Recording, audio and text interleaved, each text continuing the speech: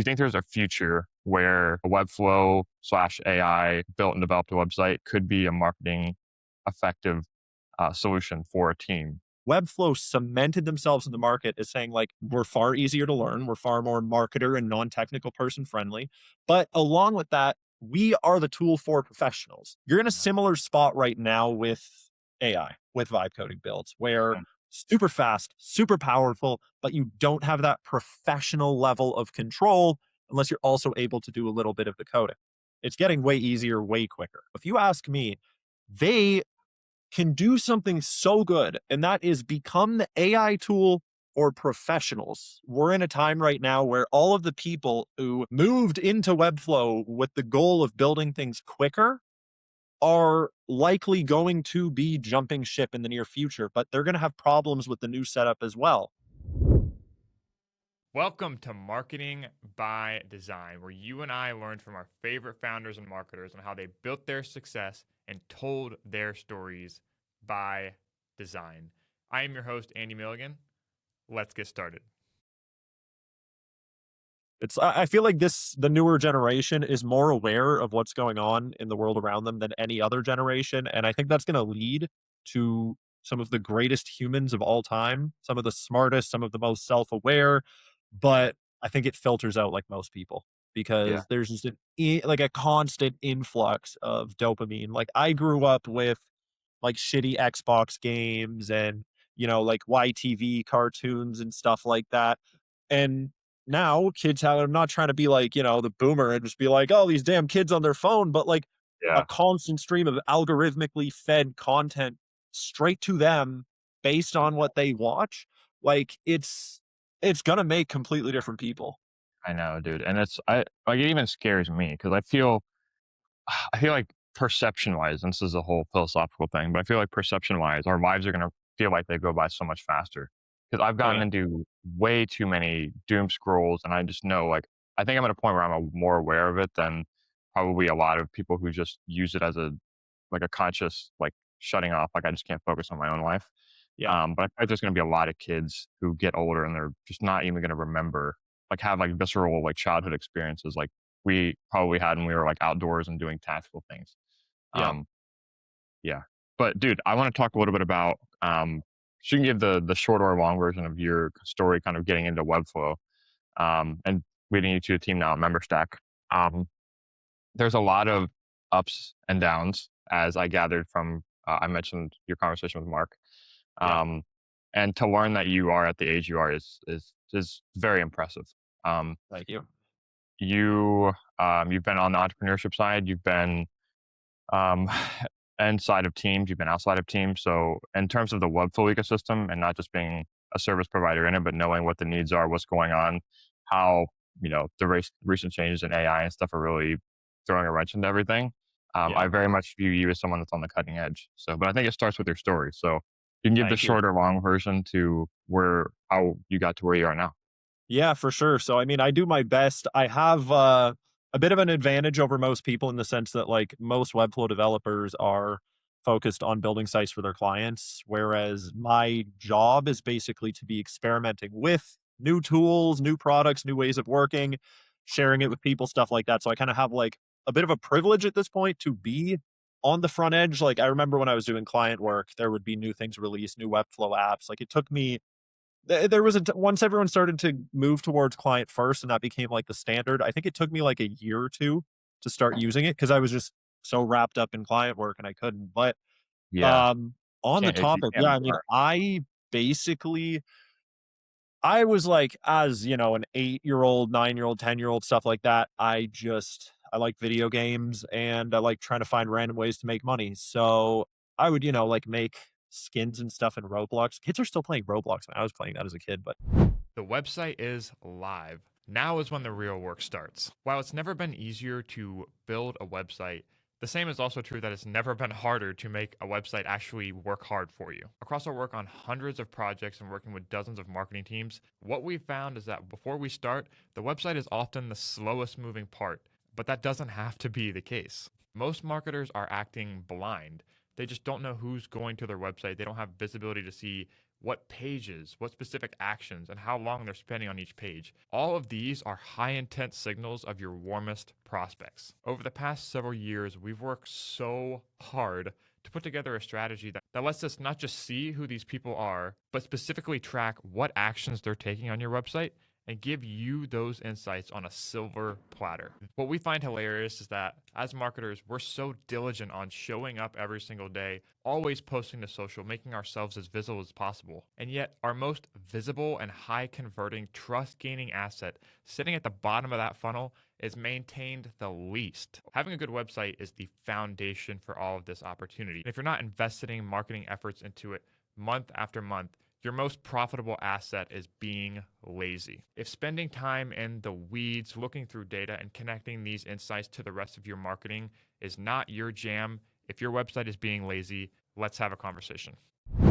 Anyway, so I did stuff like that, and it was fun for me, and I just kind of did that for free. And along with that, I grew up in Southern Ontario in Canada, and I didn't like it very much. I've got some issues with it.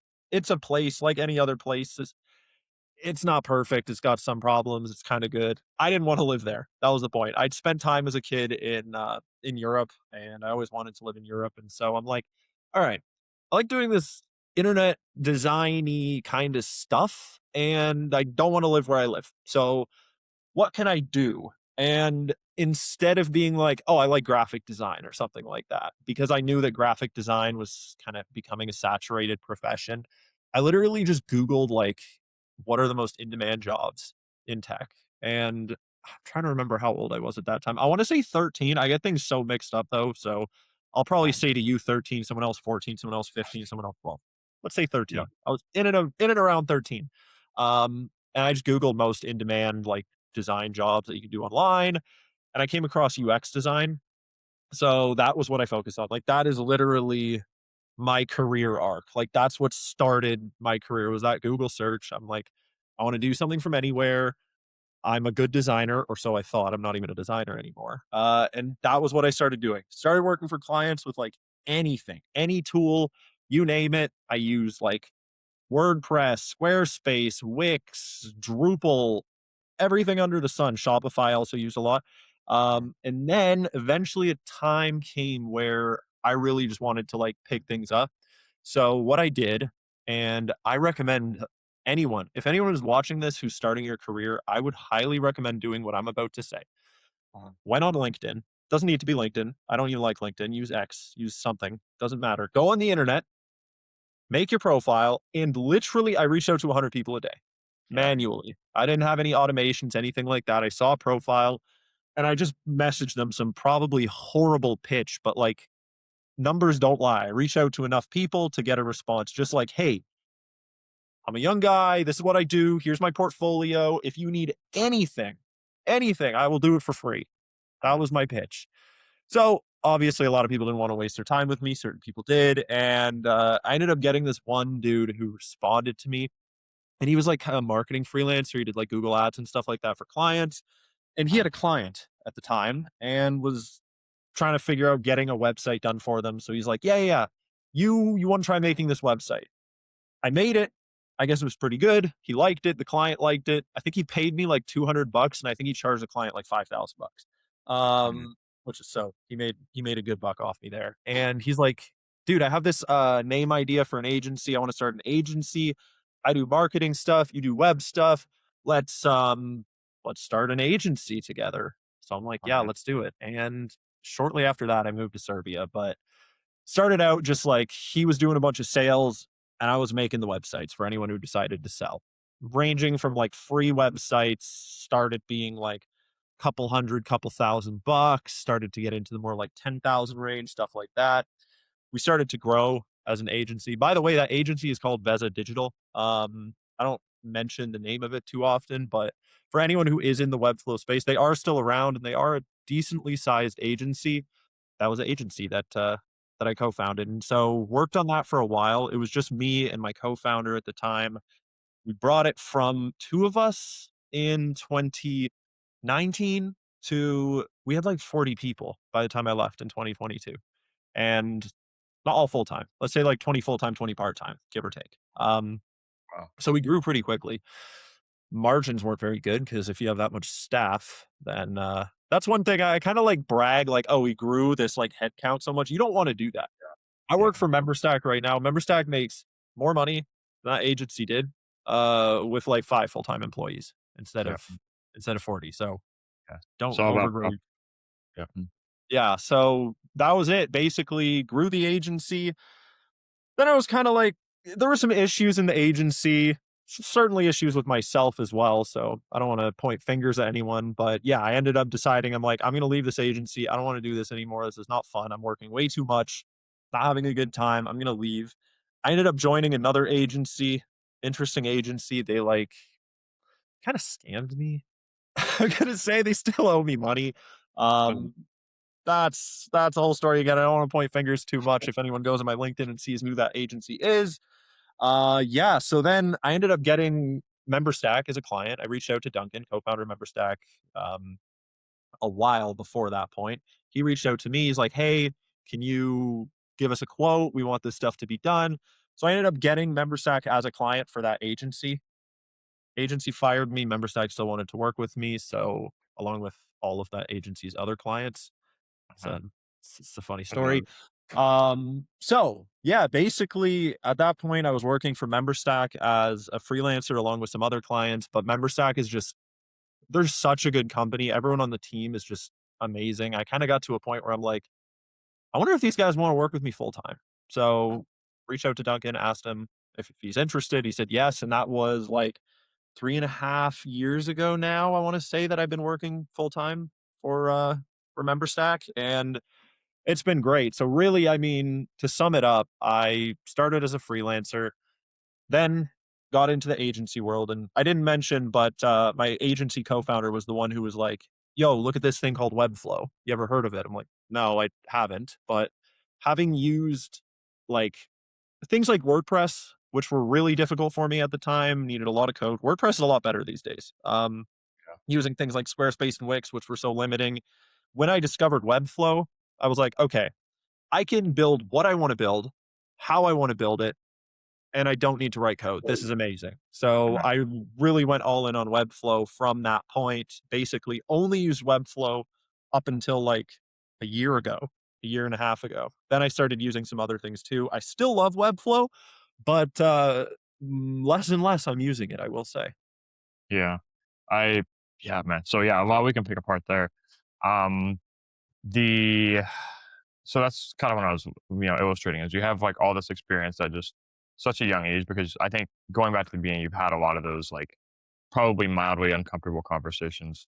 Um Oh yeah. and force yourself to do things that a lot of people our age don't do. Like that was 100 very similar to how I got started was I don't know if you ever heard of Alex Hormozy, but just Yeah, the yeah. 100 rule, literally reach out to 100 people a day and you're either you can't be broke and busy at the same time or you're either broke or you're busy, and that's Yes. exactly I Or know you're mismanaging your time. exactly Third dude, like option. that goes back to like the younger generation does, you know they anyway.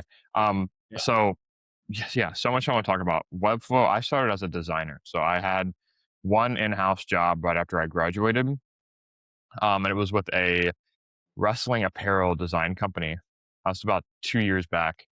And I was a graphic designer, so I was always in Photoshop, Illustrator software, Yeah.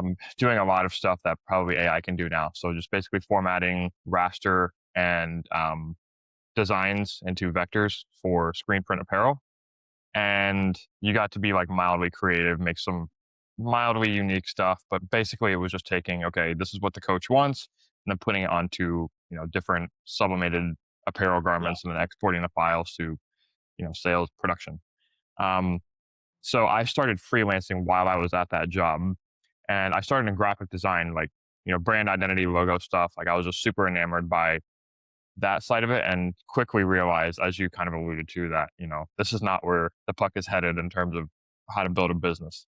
Um, you have to be there for a very brief period of time. There's no sort of recurring partnership that you can really build in graphic design. You could do some kind of a subscription model, which I did experiment with, Yeah. but by and large, a lot of that stuff is not scalable. Um, and that eventually led me to building my first website because I had a client that did a brand identity for, went super well for. Naturally, next step, hey, we need to get online, we need a website. And at that time, I was experimenting with a platform to build it on. I had used Squarespace, I had used WordPress a little bit, did not enjoy it.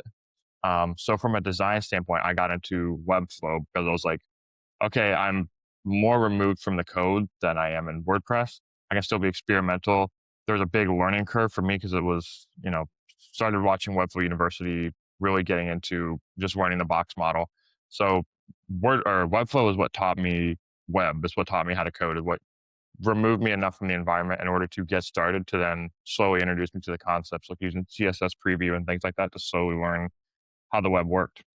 Um, and then 2-3 years later, we're on now, and I've been doing it ever since. We'll see a little bit of similarities kind of in our stories with being enamored by Webflow. And obviously, Webflow has a great community. There's a lot of people get really, when people buy into it, they do it very strongly. I feel like same with WordPress, same with Drupal is a big one. There was a meetup I went to in New York this summer that was for WordPress and Drupal. And say what you will about Drupal, but they've got some loyalists out there. That they Um, do. yeah, but yeah, man, I love your story and where it leads you to where you're now currently. So can you take me through maybe what a day in your life looks like at Memberstack and how Webflow maybe ties into that? I know you're making a lot of content. And Memberstack, shout out, is a tool for Webflow itself. Yeah. So what are you kind of doing these days that involves content Webflow at Yeah, Memberstack? for sure. I mean, I joined Memberstack originally. Like I said, Duncan reached out to me and wanted something done. What he wanted done was basically just making a whole bunch of Webflow components, like things that people could copy from our site and then paste it onto theirs, along with the distribution and marketing of that stuff. So that was what I originally got brought on to do. I did a lot of that. I think we have over 800 different components on Yeah. our site, a lot of which were made by me years ago. They're still great. They still work. And that was the initial thing that I joined for. But eventually these components, they kind of started to have less of the oomph that they once did because there's the thing called Made in Webflow, which used to be called the Webflow Showcase. And back in the day, it was very heavily looked at by people and very few people actually released things to it.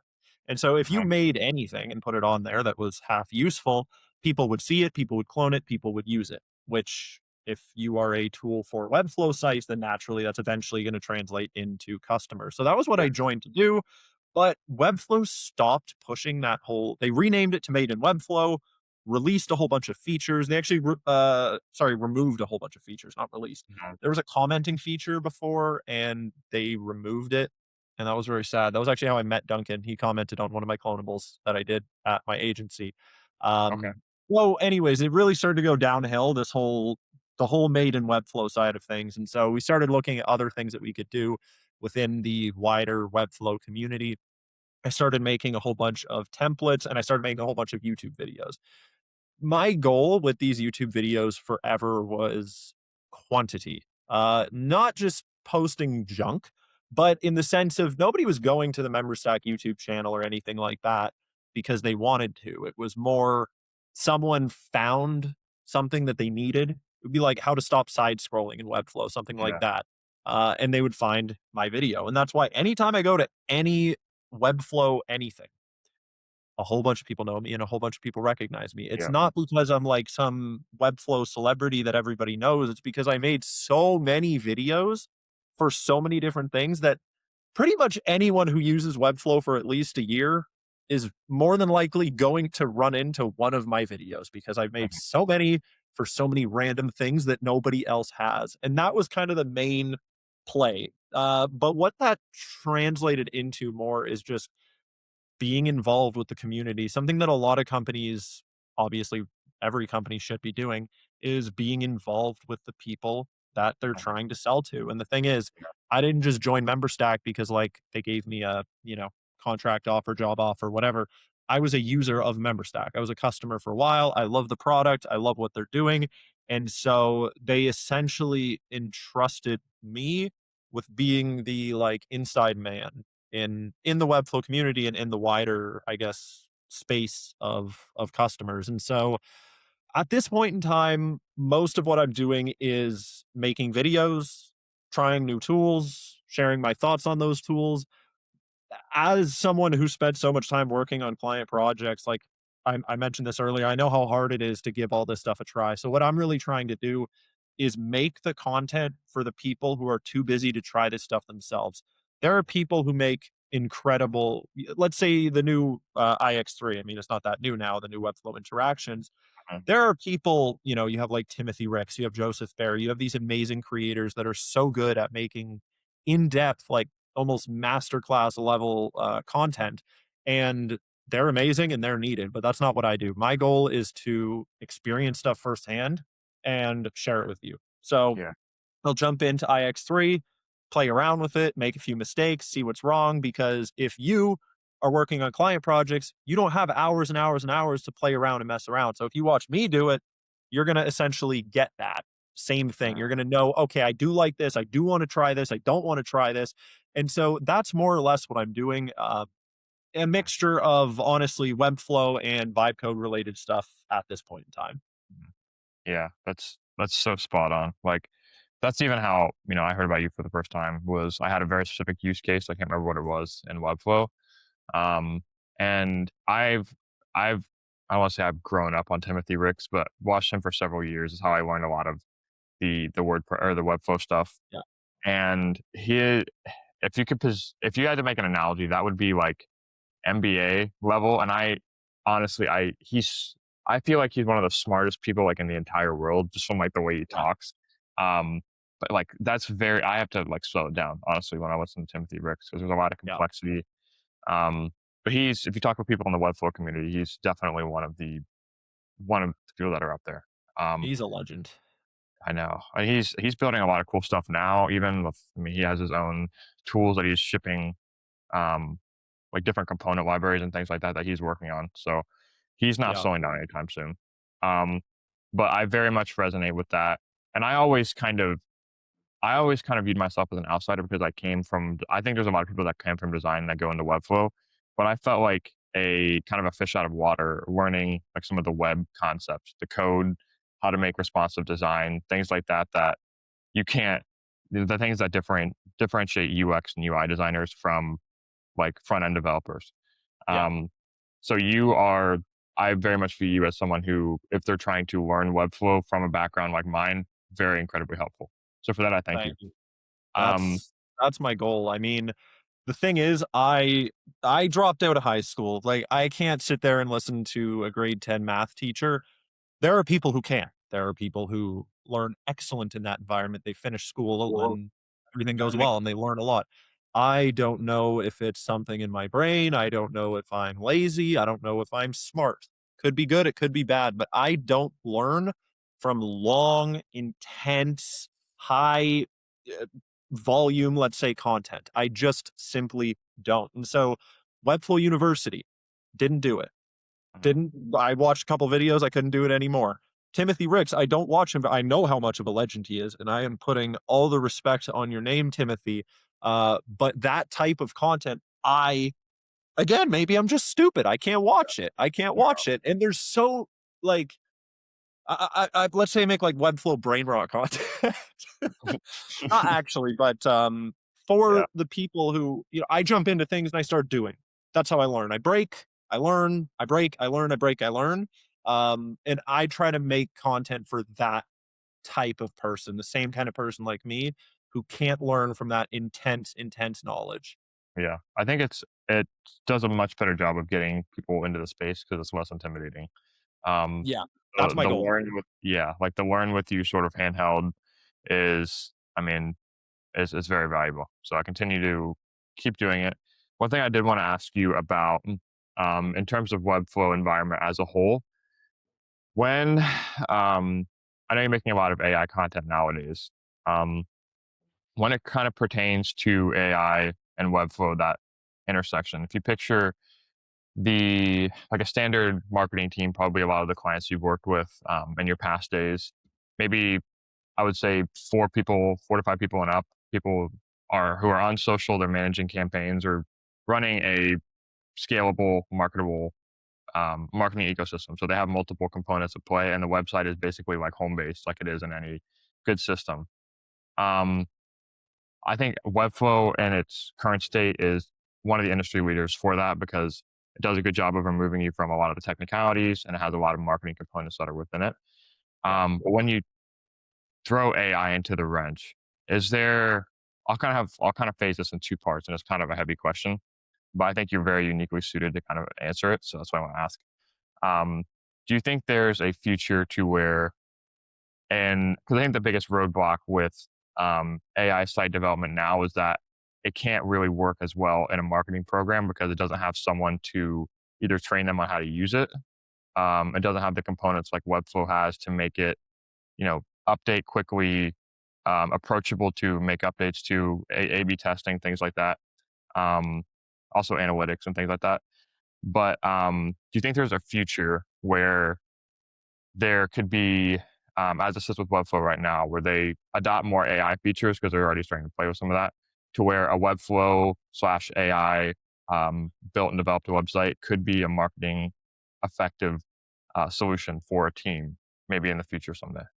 Yeah, I mean, I think it really depends on the direction that Webflow chooses. And so my answer to that would be very different 6 months ago, 3 months ago versus now. Hmm. Now, I mean, you're talking to someone who just a few weeks ago, like, migrated and switched the company website, who lots of people work on. Like, we've got our, like, founding engineer can push updates to it, does. And our content team who, I mean, everyone at Memberstack can use Webflow to an extent. But like our content team, no Webflow experts, nothing like that, wouldn't really go and build out a whole page in Webflow, and everyone is making updates to this site. So the thing is, if you're building in Webflow, or if you are just you have a full vibe coded build like our new site, there are obviously pros and cons. And the thing with Webflow, and the reason why Webflow got me hooked in the first place, I mean, yeah, it's because I can do stuff quickly, I can push updates fast, but it was because I feel like I have control, really. I can fine tune things super duper easily, without having to go into code. Whereas when you're using, let's say, something like Claude Code, sometimes you're like, make the corner radius smaller, and it does. It makes it too small. And you're like, no, make it bigger, and it makes it too Yeah. big. And then you're like, oh, you want to go and just drag and test and fine tune until it looks perfect as you want it to look. And Yeah. so Webflow has its unique selling features, let's say, and so do vibe coded builds. And Webflow is clearly aware that they need to bring AI into their product.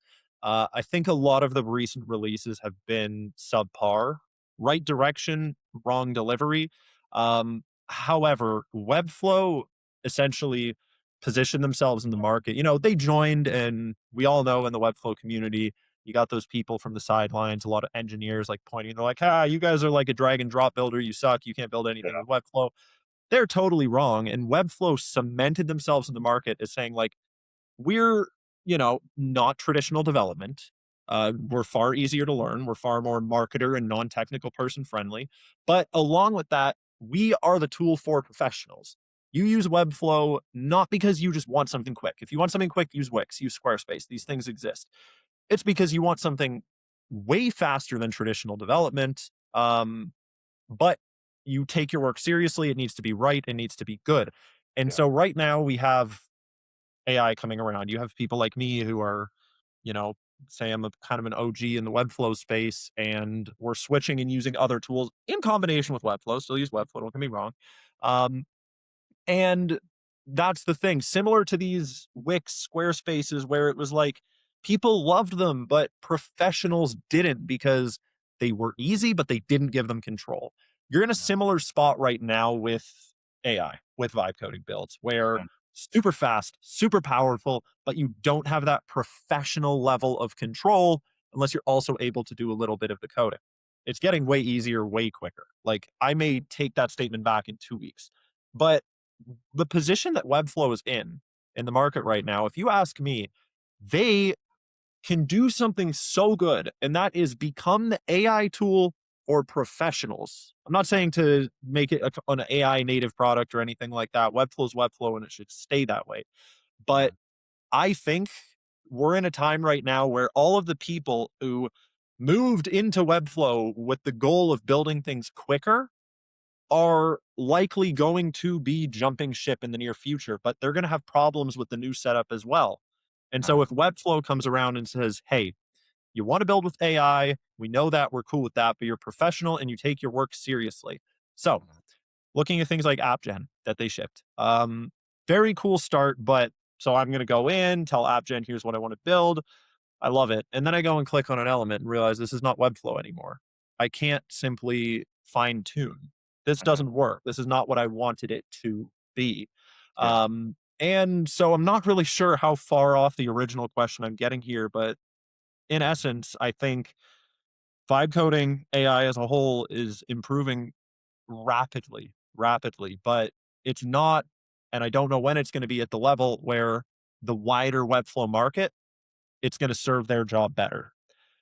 Mm, So I think Webflow is in a really great position right now to become that quick yet professional tool. And I hope they do it. mm. Yeah. Really good answer. By the way, you're very articulate when you speak, and you sequence your responses very well. So, Thank you. um, I'll do my best. very. I think a lot of that comes from probably talking on camera a lot and having I to talk a lot. articulate, like learning on the fly, um, which I'm getting more into now. So, um, yeah, again, a lot to unpack there. I think so. What would you recommend? I know it sounds crazy to like because you're 23 to say like, okay, if you are a maybe a freelance Webflow developer and you want to add more value to your clients using AI, would you recommend learning more of the tools? If you're kind of native and you kind of market yourself around being a Webflow agency, studio developer, um, how could you add more clients I'm more value to your clients using AI? Would it be learning Claude Code, watching some of your videos, getting set up, and then maybe potentially just keeping an eye on the stuff to when, because as you know, like one or two features, one or two announcements, and it could totally change, I feel like, the way marketing systems are built. And there's like all it takes is one small feature to make it more accessible, um, more updatable, more approachable. And then the buy-in is a longer phase after that. But I view us as people who need to experiment with the tools in order to say, whether we make recommendations to our clients or just to know them ahead of time. Um, Yeah.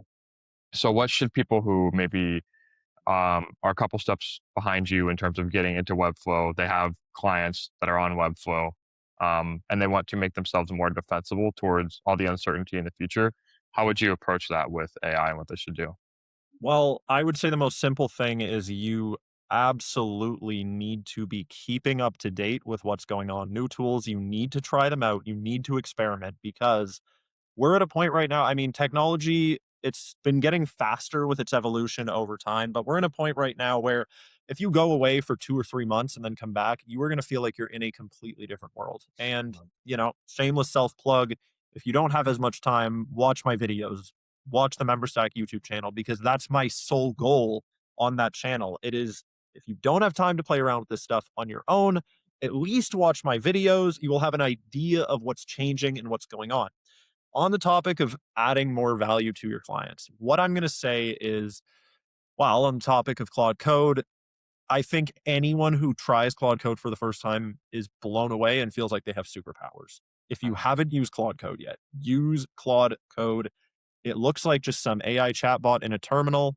I promise you, if you use Claude Code for a day, let me know if it changed your life and why it changed your life, because it will change your life. mhm, Uh, but that's just tool related stuff, right? If you want to add more value, here's the thing. Like you said with graphic design, client has a brand, client has a logo. What's the next step? They need a website. Client has a website. What's the next step?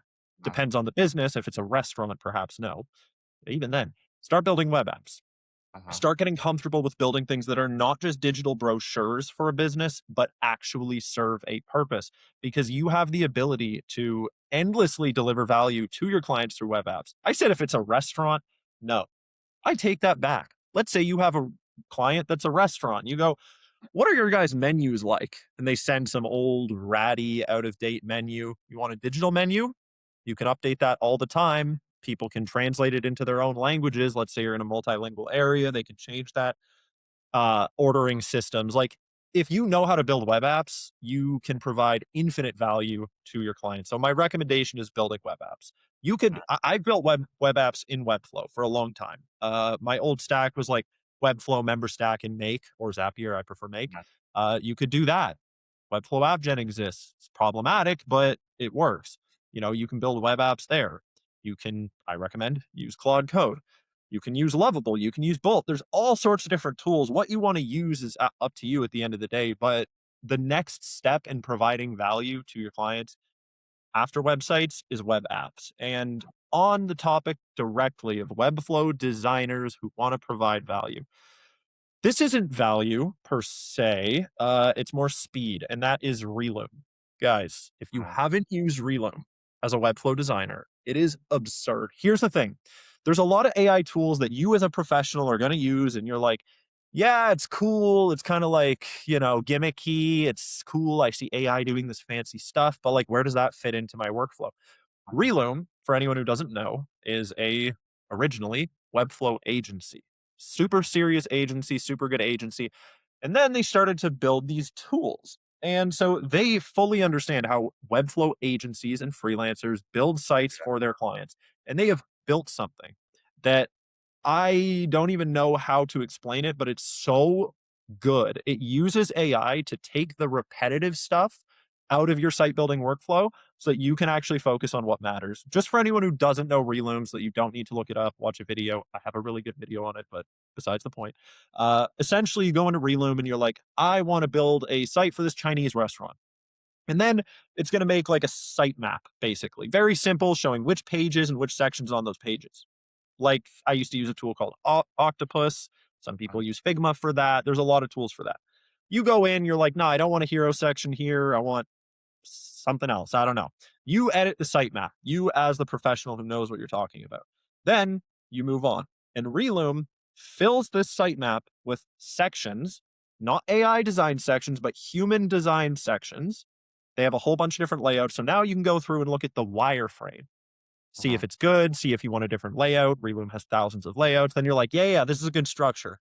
Now let's get into the brand. And you're like, this guy's restaurant is, red and yellow colors. It uses this font. It's got kind of jagged, sharp branding. So you set all that stuff up.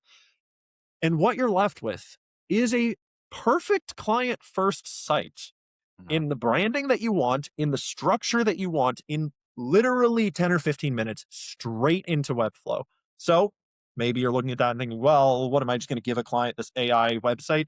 No, you're a professional. You can look at it and go, this is good, this is bad, this is ugly, this is empty, and you can fine tune it. But genuinely, you can end up with a perfect website instead of in, 3-4 weeks, in like 3-4 days, because your job is quality control and fine tuning. So like, guys, Relume has never paid me. I've never even spoken to the guys at Relume.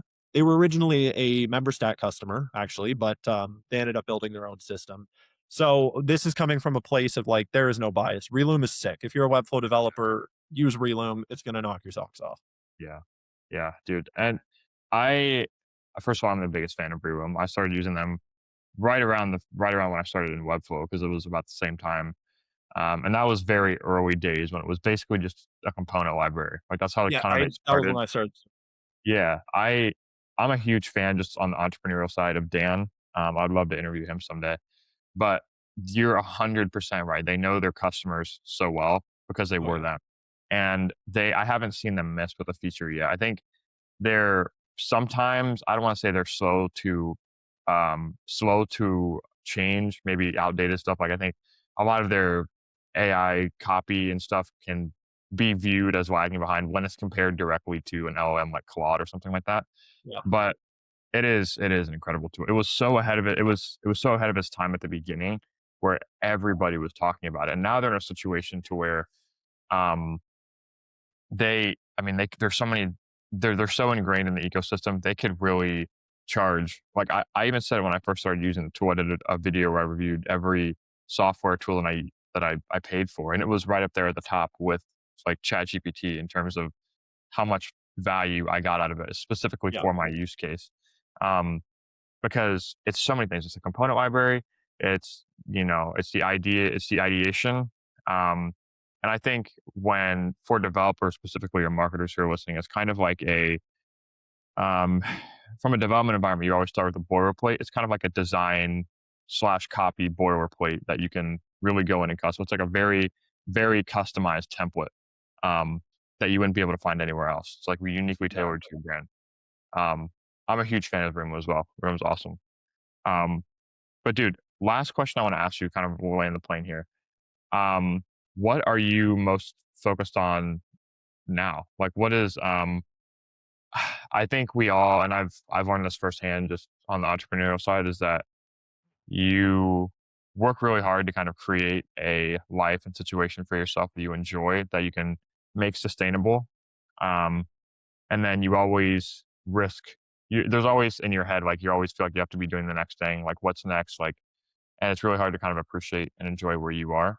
I look at like your kind of day in the life as I would imagine it, engaging your curiosity, trying new tools, working with people that you seem to like, certainly more so than perhaps previous roles and experiences. Um, Yes. you seem to be in a pretty good place.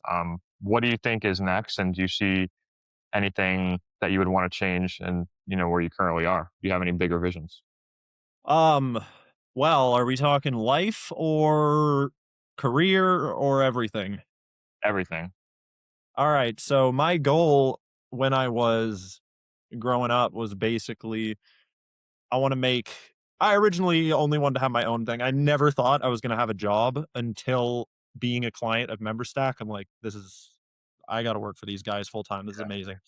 My goal was to make enough money.